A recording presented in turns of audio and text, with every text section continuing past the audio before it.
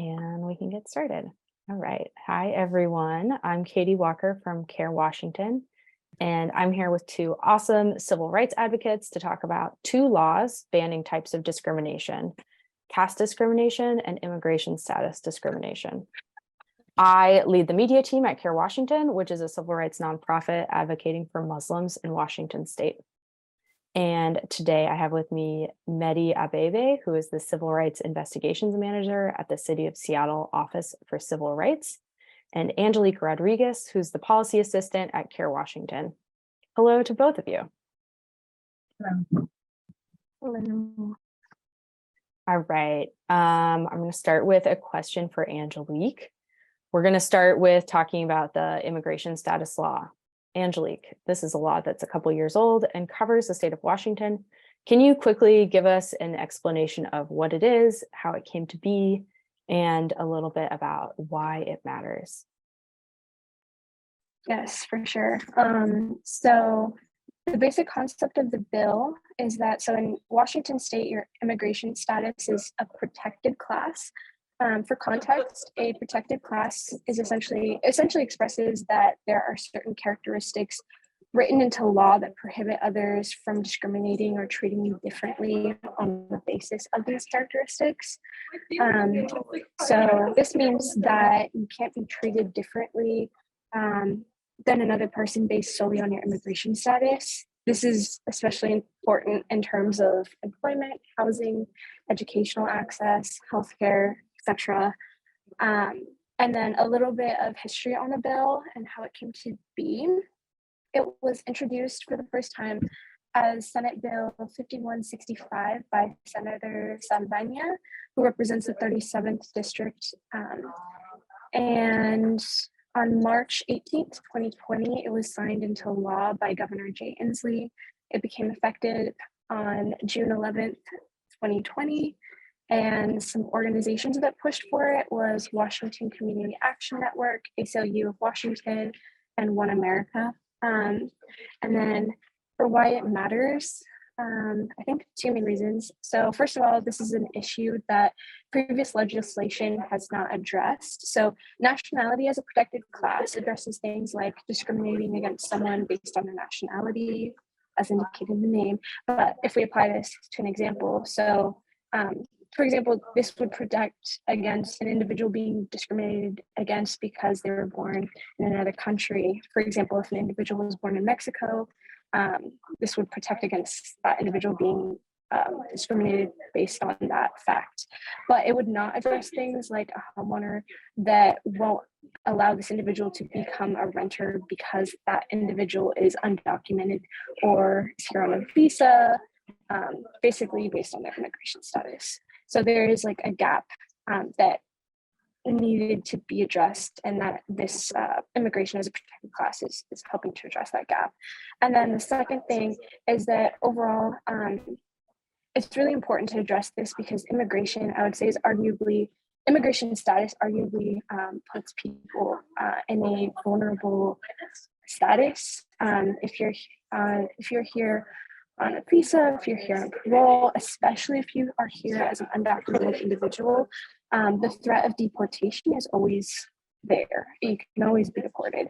And this creates more opportunity for like power dynamics being unequal or bad incentives to be present. So it's really important, especially in the workplace, housing, education, et cetera.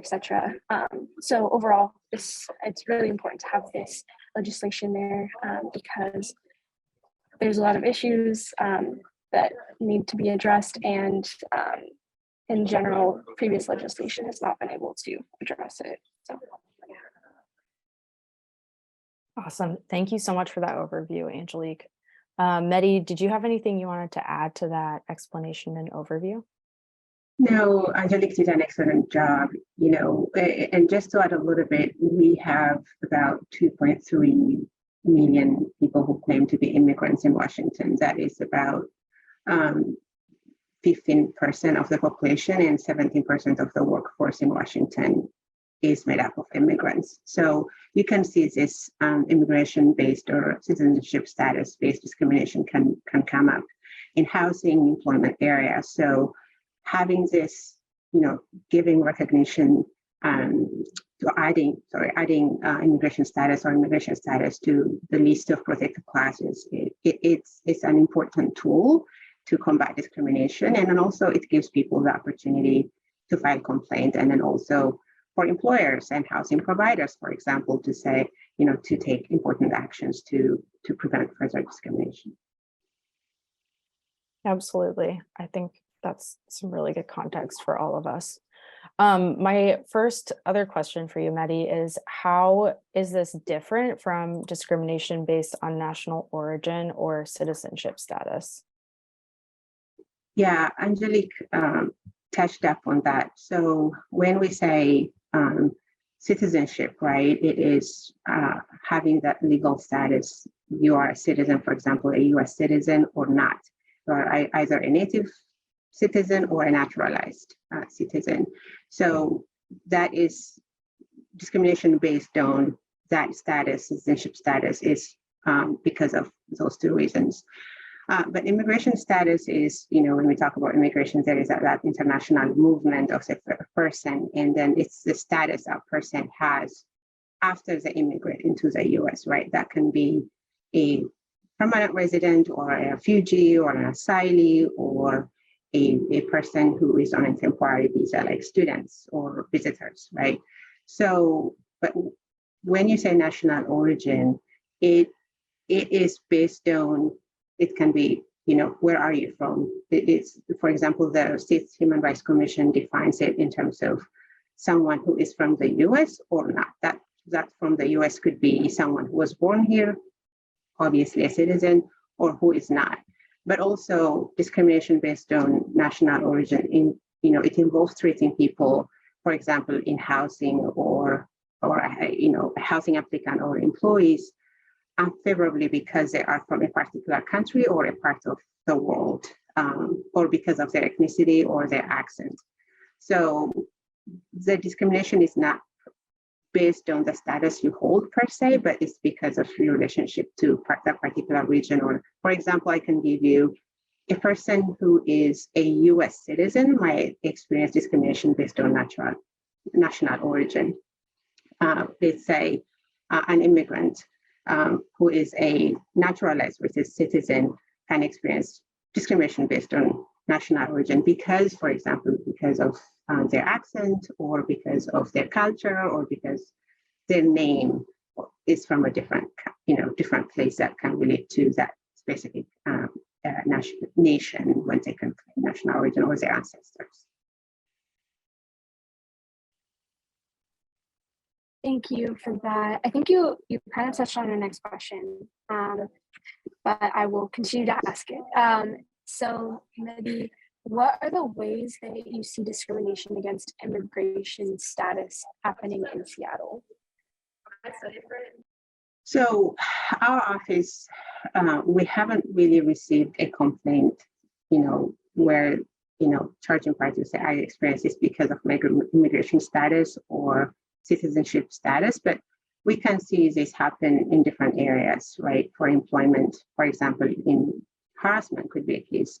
An employee or a supervisor could say derogatory things about immigrants or people originally from a country where the person or employee was born, and then the employer refuses to do anything, right? Harassment. I mean, when we say harassment, it's not like a one-off incident or an isolated incident. It should be frequent or pervasive to really make the work environment hostile. So that is one.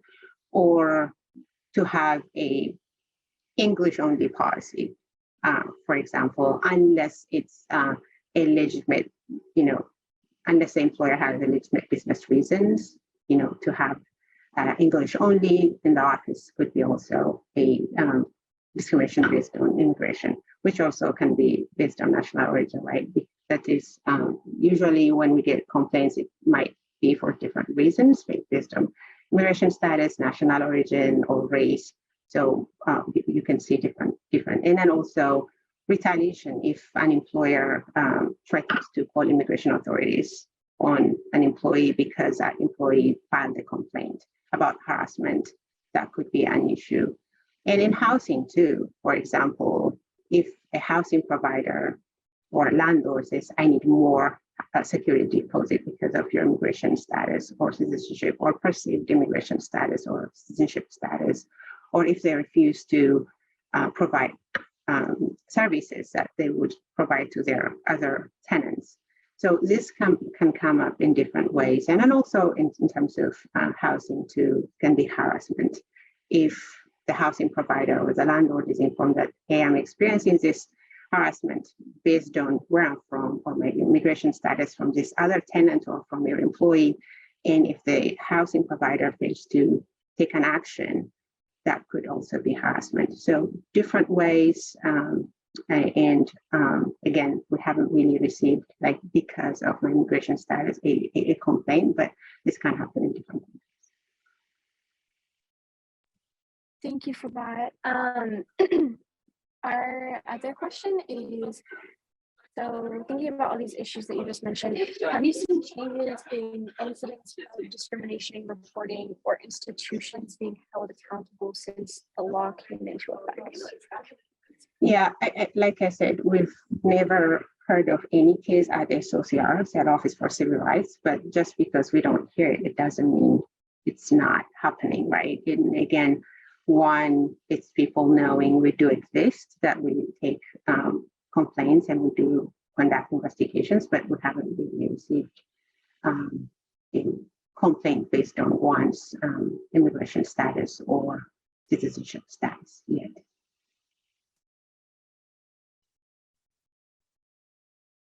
Thank you so much. Just a quick follow-up question. What about, have you seen any changes in how institutions like in the workforce or housing or education are acting differently or taking different steps because of this law? I mean, for example, I can give you, we can make requests when we get complaints. We say one of the things what we ask complainants is, what is a protected class you are referring to? Sometimes people might not really name it. We might say, like, this is because of your immigration status, or is this because of your citizenship status? But I cannot really comment on that in terms of this policy, because we are only focused on investigations. That totally makes sense. Thank you so much. Yeah, I was really struck by, I think we think about the barriers to reporting or even keeping accurate statistics around this kind of thing are very real. And I also just wanted to mention for our listeners that Medi works for the city of Seattle, but this is a statewide law. So there also are things happening across the state, both positive and negative, in terms of discrimination and reporting and fighting discrimination. Okay, thank you all both for this great information. We're going to take a quick break and then we're going to come back for part 2.